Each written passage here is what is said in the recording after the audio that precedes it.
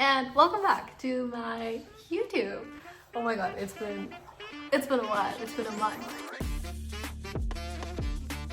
So a couple weeks back, I posted a story asking you guys to tell me what assumptions you have about me, and to say the least, you guys have a lot of assumptions. So I thought that a YouTube video was the way to go, and that's what we're gonna be doing today. So yeah, let's get into it. There's no particular order. I just have a couple of them on my laptop, and I'm just gonna be answering, and we're gonna see how this goes. You would vibe with people who love Formula One just like you do, easily, because again, you have a topic so common and something that you're so passionate about that you easily get along with them. When I did my screening, initially I was like, okay, I'm gonna meet so many new people, how am I gonna talk to them? And then my first thought was like, they like Formula One, you like Formula One, it's easy. And it was the easiest conversations I've ever had, the most passionate, the most exciting, and the most just natural conversations that I've had with people, and it was so exciting. So yeah, I would definitely vibe so much more with people who like Formula One than people who don't. You'd leave a date early if it clashed with an F1 race. Huh. I don't think I would plan a date if it's clashing, like my weekend revolves around the race. But in case it does, my first instinct wouldn't be to leave. My first instinct would be to test the guy.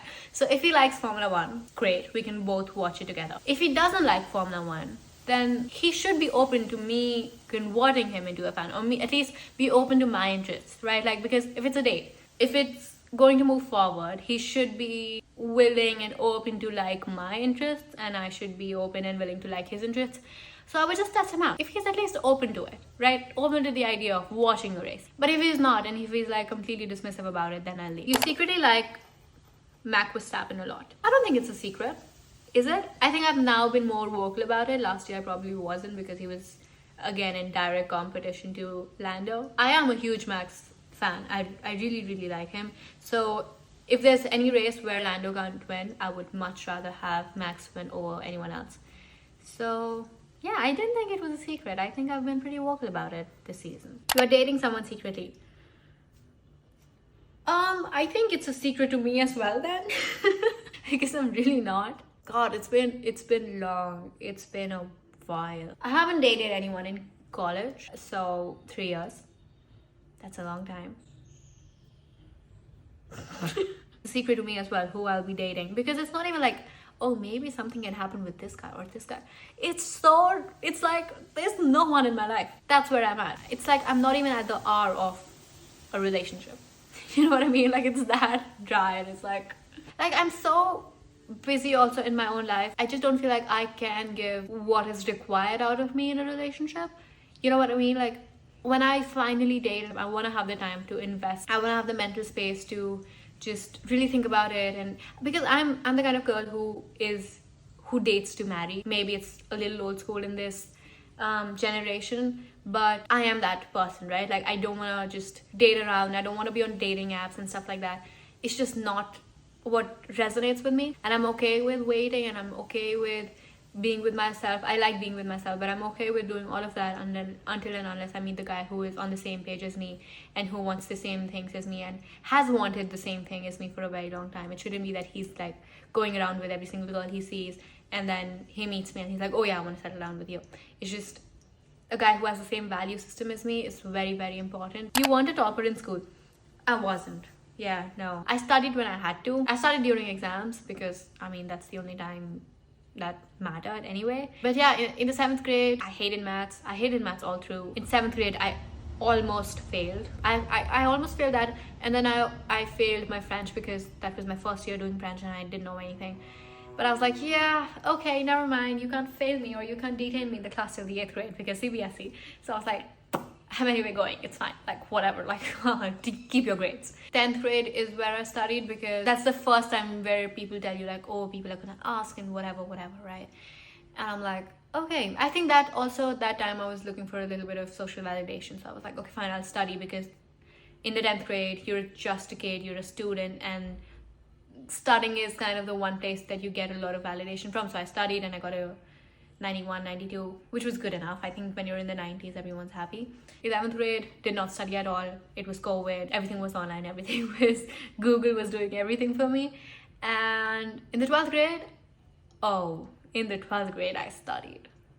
And I'll tell you why. So I wasn't a topper, okay? I was looking to just pass and be like, okay, fine, done with this grade, move on to the next grade, move on to college, stuff like that. But in the 12th grade, I got really ambitious because I wanted to go abroad. I wanted to go to London, and you need grades for that. If you were in my batch, we had two sets of boards, so Sem 1 and Sem 2. And in semester 1, I think our board started somewhere in the last week of November, first week of December, somewhere there, right? And I was part of the school play, and I was the lead. And no one else from my batch took part in the play, right? And in my school, the play was a big thing. Like people from Trinity College London used to come, they used to judge you, and you would get like certificates and stuff like that. So it was like a big thing, right? And I always wanted to be a part of it. But in the 10th grade, I didn't get the role. I was really sad about it. In the 11th grade, COVID happened, the play didn't happen. 12th grade, I was like, I have to do it. I can't graduate this school and not be a part of this play. I was like, I'll do it, it's fine, I'll study. So I was in school from say 8 a.m. to evening 6 p.m. 8 p.m. I used to go home, an hour away school, right? So I used to come home by 9:30, have dinner, study, just because I was like, I have to do both of them, right? And my teachers were so unsupportive. Some of them, they were used to give me these weird taunts like, oh, now yeah, you're doing the play also, you'll not study, you'll not score, how will you do this, blah blah. And I used to get like, what is wrong with you, right? Like, why can't you just be supportive of a kid and just be like, okay, if you need anything, support from us, we're there to give you. Like, I just don't understand why teachers can't be that way. But whatever, they were just like that. And instead of being disheartened, my immediate response is always to, I'm gonna prove them wrong. I'm gonna throw my mark sheet in their face and be like, yeah, see, girl, I did that, right? So I'm always like that. I'm always been that person. So whatever, so that was another motivation, right? So Sem 1 happened, I did my play, and 2 days after my play was my first board exam.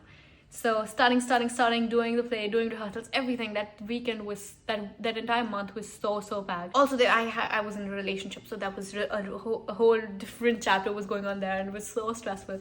But anyway, so then I studied, right? I didn't sleep. When the results came for Sem 1, our pre-boards for Sem 2 were going on, and I got a 97, right? So I was really happy, but I was also at the same time, I didn't tell any teacher myself, because I was like, they just doubted me. So what is the point of going to them and be like, yeah, see, I did really well? Like, that's not what I'm going to do. We were giving us pre-boards, right? And we were all in class, we were writing our exam. And one of the teachers came, and I could just see it on their face. I could see it, they want to push me down, and they want to be like, okay, yeah, see, you didn't score, like, that's what we told you, right? Like, I could see it on their face. And out of the entire class, we were 25 people in the class, we were writing our exams, and that teacher walked in, looked at me, and just goes, oh, Alicia, how much did you score? And I was like, out of the entire class, you're just singling me out in front of the entire class, might I add. And I could just so proudly say, I got a 97. And that teacher was like, what? Oh my god, we're so happy for you. Like, then they become really happy for you. I've seen this so many times. They'll doubt you, and then you'll do well, and then they'll be like, oh yeah, we knew you could do it. What? I think when Sem 2 happened, when our boards were about to start, I had just broken up, and things weren't, I won't go into details of it, but just, I was so angry, and I don't even know what I was trying to prove, but I was like, I have to beat this guy.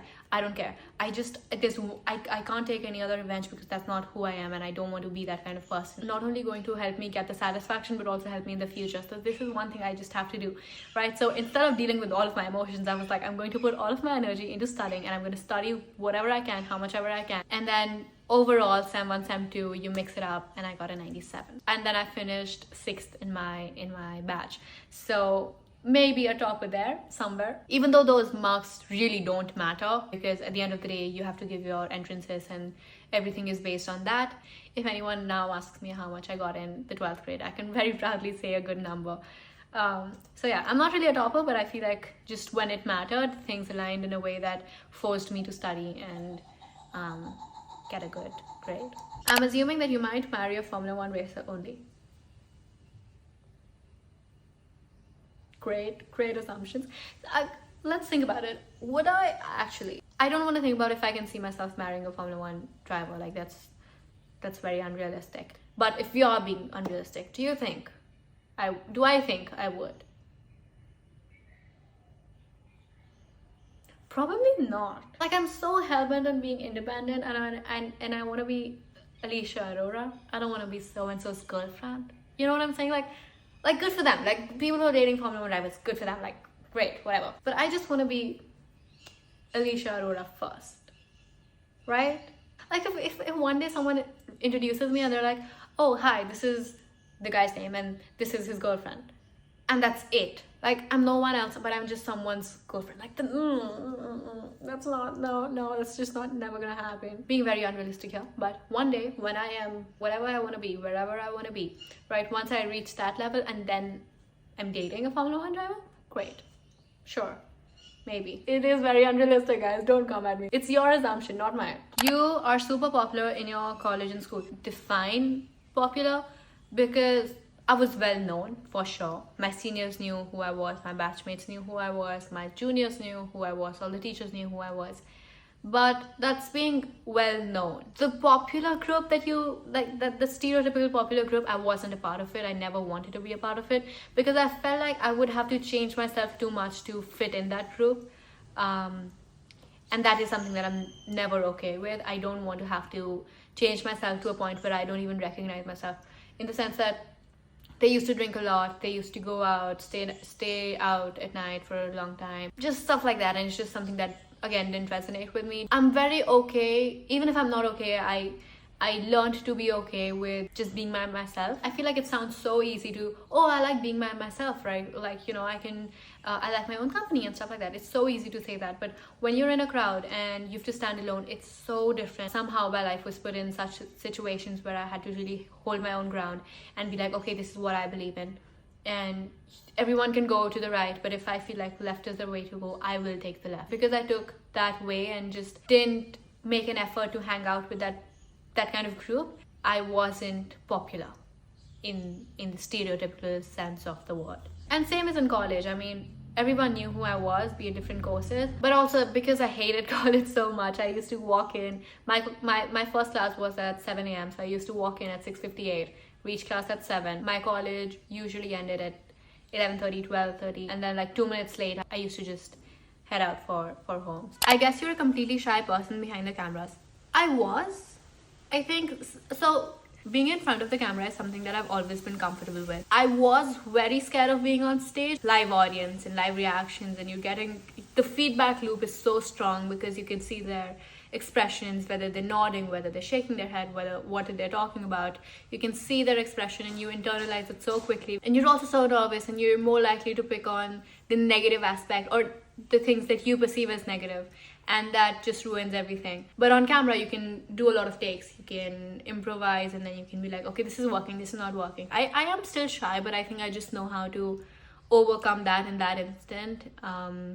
Get myself talking to other people. I'm now much more comfortable with making small talk with people and just have like little topic of conversations where I can, you know, just anchor myself to that that topic and be like, okay, I can talk for 10-15 minutes about this particular thing, 15 minutes about this particular thing. So it's just like, it's rehearsal, you know what I mean? I don't know where I heard it. I think it was Alex Hormozi, where he was just talking about how anxiety is when you're unprepared. So you prepare so much, whether it's giving a presentation, whether it's giving, whether you're meeting someone, whether it's an important meeting where you need to be prepared with something.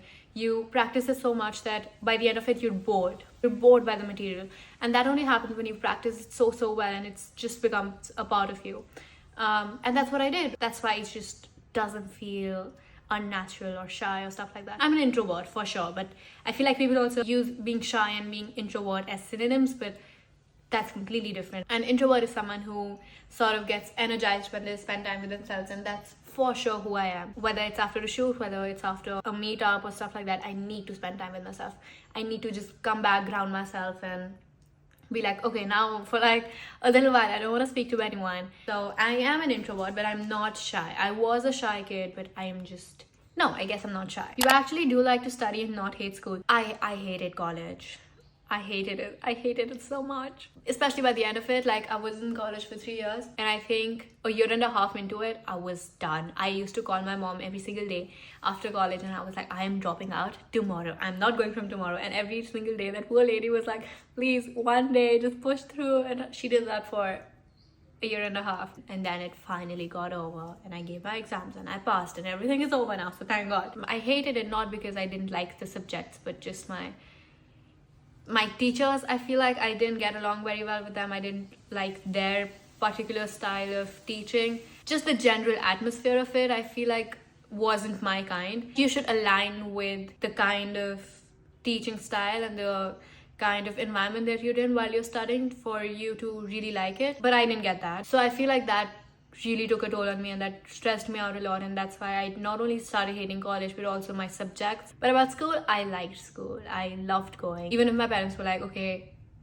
let's go for a holiday and stuff like that, and I would be like, no, but I don't want to miss school. And that my school was pretty far. It was an hour and a half. No, it was an hour away. So an hour going, an hour coming back, and I used to get up at 5 o'clock for this, but I loved it. Anyway, you must be very conscious of your diet. I am. I'm conscious in the way, like, I have one thing for breakfast, I have one thing for lunch, I have one thing for dinner every single day, 7 days a week. So I don't really think about my calories or whatever I'm eating and like what nutrients are in it and how much protein I'm getting, because I eat the same exact thing. When I say it, it sounds really boring, that how can you eat just one thing every single day? But I think I've just been eating the same thing for 6 months. So I'm really used to it, and I like the fact that I don't have to think about it, because I have to think about so many other things during the day. So I don't have to think this part at all. There's no cognitive load that goes into my head. At the same time, if I'm going out with friends or something, then I wouldn't care. Like, one meal is fine. Like, I can eat whatever and I'll still be fine. I can just maybe work out a little bit more. But honestly, I've seen with one meal, it really does not matter. The frequency of it really matters. But if you're going out once in a month and you're eating like a really heavy meal or eating a lot of junk once, it's really not going to matter. You've been to a Formula One race in your life? Oh, I think that's more of a question than an assumption. But yeah, I have been to 2 races. I have been to Bahrain, which was last year. And I went to Singapore, which was also last year. And I'm hoping to go to at least 1 race this year. I don't know. I wish. I'm manifesting. You are in a relationship with Lando. I am what now? How is my question? Like I've met him once, right? How did you come up with this? I think it's also a compliment, right? Like, I can get him. Like, you guys really thought that I could get him. Great. I guess I'll take the compliment. Lando, right? I mean, if you're watching this, people already think this way.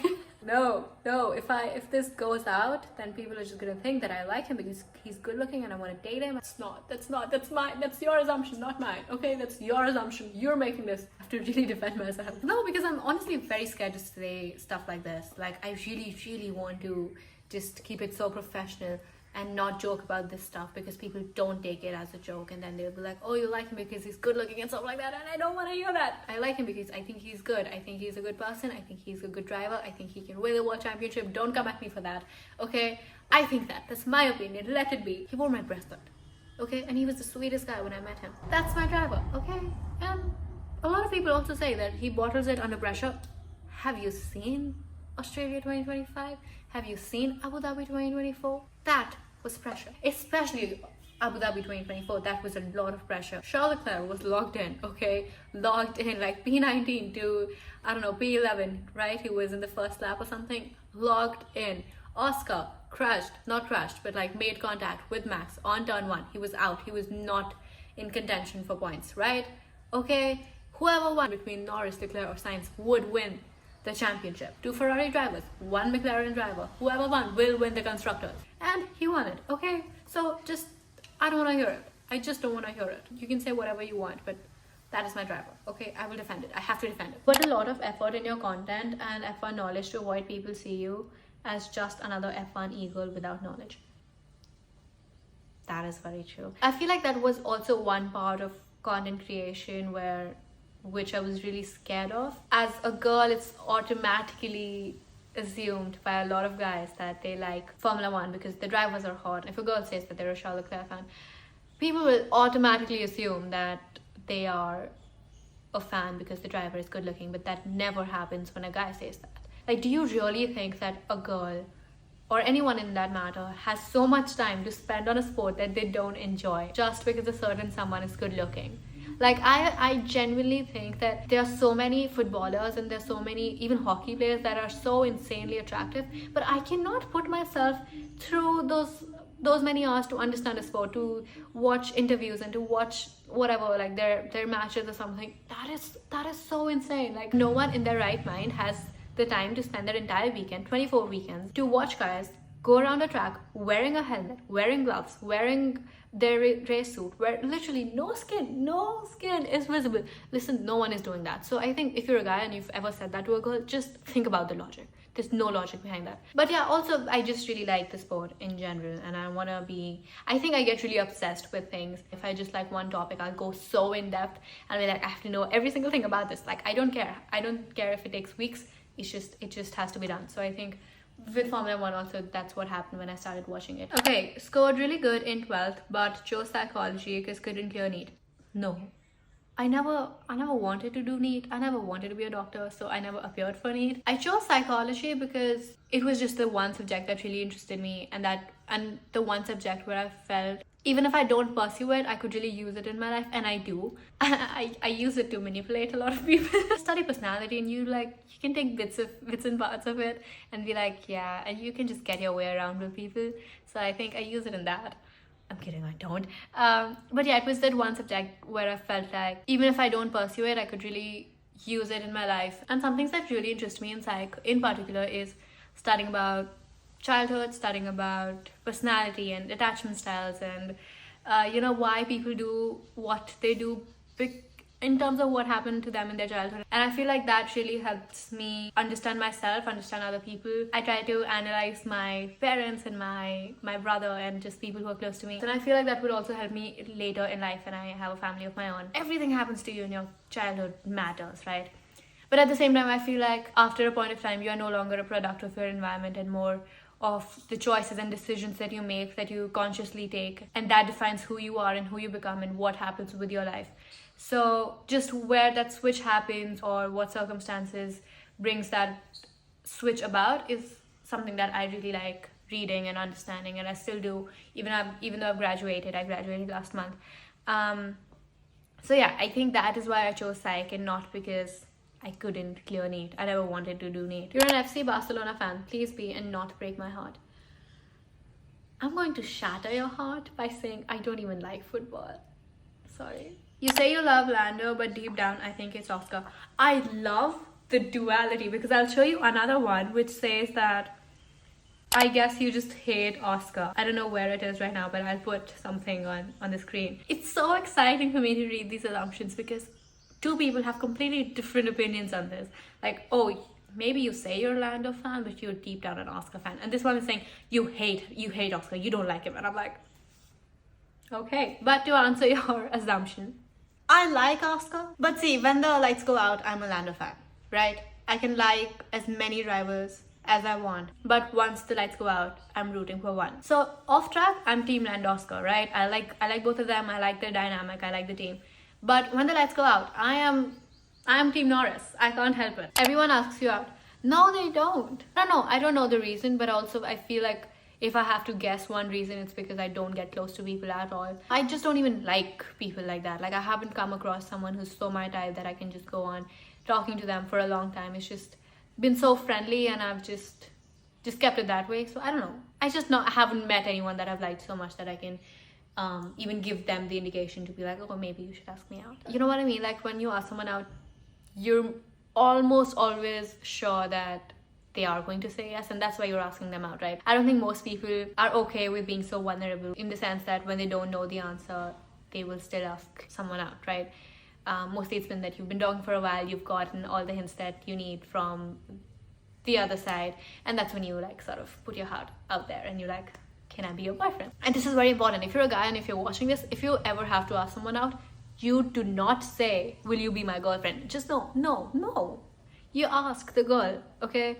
Firstly, you make it very grand. It shouldn't be bland. Like, you make it very, very grand. You make it very, very special. Just something that she remembers, okay? I'm just giving you tips here. But you ask her, can I be your boyfriend? Okay? Be traditional, okay? You are the guy. You chase her. But like, not like physically chase her. Just be very respectful, right? And you ask her, can I be your boyfriend? Like, that is it, okay? Just please do that. You're bad at giving directions. I don't even know why I have this, but you're so right. Like I can give right and left, that's not the issue. You're on Google Maps, you're sitting, and I'm a passenger princess. So you're sitting and you obviously have the phone in your hand and you'll be like, okay, fine, right, left, whatever, whatever. And then that flyover thing comes and you don't know what to do. I swear to God, that is the most stressful life event I have ever had while giving directions, because I never understand if you have to go above it, if you have to go below it, because that does not say. It should just very clearly say go above the flyover or go below the flyover or whatever. What is that thing? And you have to like really zoom it in to be like, okay, fine, they're going like right and left or whatever. Hate it. You aspire to be a Formula One reporter. I would really like to be that. I don't think that would be my career, like that wouldn't be the only thing I do, but if I get opportunities to interview the drivers, interview team principals, I would enjoy that. And those are all the assumptions that we have for today. There were a lot of true ones, a lot of unrealistic ones, but yeah, this was really fun, and I hope you guys know more about me. I hope that some of these were the ones that you asked. I hope you had fun. If you have more, then I will probably put another one on my story. And yeah, I will see you in the next one.